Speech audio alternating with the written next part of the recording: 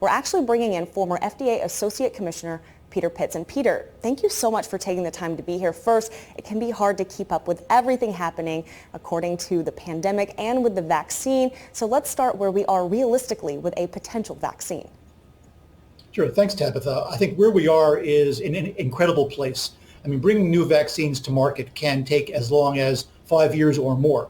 So, I suspect we'll have a vaccine early in 2021, March, February, and that's incredibly fast. But we don't want to rush. Rushing is not allowed because when you rush, you cut corners and you make mistakes, and that's got to be entirely off the table. What we're doing now is expediting, which means we're taking the best talent on task to get a vaccine developed and through the FDA. I think what Commissioner Hahn at the FDA said was there are lots of opportunities to expedite rather than rushing. And I think hypothesizing is wrong here. We want to stick to the facts. And what the commissioner has said and what all the vaccine developers have said is that they're absolutely not going to allow any vaccine on the market that is not deemed safe and effective.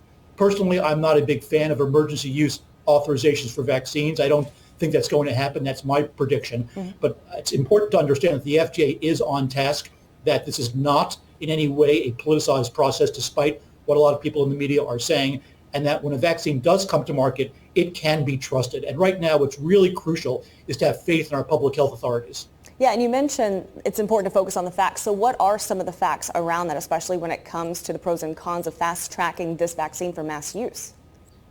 Well, fast tracking in this case basically means making sure that nothing takes priority above the review of the science for these vaccines. Okay. It's got to be priority number one with no other priority. Right now, all of the large multinational companies are in phase 3 development of vaccines, which are large human volunteer studies. We don't even know right now whether the vaccines will pass muster there. I suspect that by the end of September or early October, we'll have some solid science to let us know whether the FDA review can even start.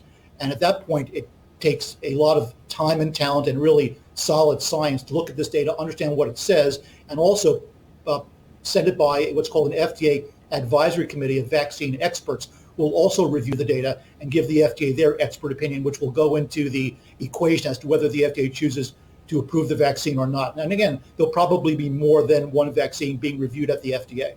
Fascinating. And as far as testing goes, now a Boston lab recently suspended their testing because of nearly 400 false positives. How does something like that occur? Well, those are for tests to determine whether or not a person is COVID positive. No test is 100% accurate. Okay. That's the unfortunate reality. And these tests are also being developed at warp speed. I wish we had more time to put these tests through a better regulatory review. But right now, it's really important that people understand that even if a test is inaccurate, it is an important point of departure. If people want to get tested more than once, I think that's terrific. Yeah. The tests are largely accurate. That's very important. Just because a test is not 100% accurate does not mean it has no value. That's crucial because testing really is how we're going to keep the virus under containment until we have a vaccine. And what about the pausing of the AstraZeneca vaccine trial suspension? And is that a normal part of this process? Is it something to be concerned about? Or does it show that all the proper precautions are being taken to make sure it's safe? That's exactly right. What the AstraZeneca-Oxford protocol hold shows is that the system works. This is not unusual. It happens all the time. And it shows that we have to be prudent and cautious. The last thing we want to do is put any trial participant at risk. We don't know what the adverse event is. We don't know if it's going to repeat itself. But again, that's what the system does. It protects people. It's working. What about getting COVID-19 and the flu at the same time? What do we know about those risks? Well, I think the message here is absolutely crucial, more crucial than ever before, that people get a flu shot. Yeah. Because the last thing you want is to develop flu-like symptoms. The doctor is going to ask you if you got a flu shot, and if you say no, prudence is going to dictate that the doctor assumes that you have COVID-19, which is not what you want to happen. So clearly, we don't want to get the flu, but this year it's even more crucial to not confuse whether or not you've got the flu or COVID-19. So this is also a teaching moment relative to the value, not just of a COVID-19 vaccine or a flu vaccine, but of vaccines in general. I hope we take advantage of letting people understand how important a role vaccines play in advancing the public health and protecting us as individuals and communities. Absolutely. Let's actually touch on that, the misinformation that sometimes gets spread when it comes to vaccines, or particularly the COVID-19 vaccine, or just vaccines in general. Well, people have doubts about vaccines, and they fall into a number of different categories.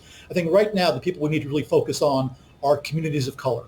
Historically, they are skeptical of government public health programs, I think with good reason. And we have to respect those skepticisms and address them through solid and respectful education. We're a little bit behind the curve on that. We've got to get on it. The second group of people, let me add that communities of color also obviously are at higher risk of infections. That's where the infection rates are highest. So it's a bit of a double whammy. It's absolutely crucial to educate these populations. Then you have a large degree of the American population that simply isn't sure. Do they really want a vaccine? Do they want to go to the doctor? It's time out of their day. Maybe it's a little bit risky. And again, a public education campaign is absolutely crucial here because we have to explain to people the value of vaccines, and they are incredibly important. It's perhaps the most important public health tool we have. And thirdly, and lastly on purpose, are the anti-vaxxers. I don't know if these people are redeemable. They're dangerous to themselves and their community. We have to educate the overall population and move people out of fear and distrust of vaccines. Absolutely where we're going to go forward. Because having a vaccine, whether it's a flu vaccine or the COVID-19 vaccine that nobody uses, is not a public health victory whatsoever. Yeah, exactly. Now, before we let you go, what is one of the most important takeaways that you want our audience to have today? Have faith in the FDA. It is a non-political agency. It's got 17,000 employees. In the centers that review therapeutics, drugs, and biologics, vaccines, there is not even one political appointee. From the director on down, they are 100% career public health officials who take their jobs seriously with tremendous zeal and passion. They're the ones that are going to be reviewing these drugs, and the message is have faith in that decision. Peter Pitts, thank you so much for your time and for taking the time to explain this to our NBCLX viewers. My pleasure. Thanks a lot. Be safe.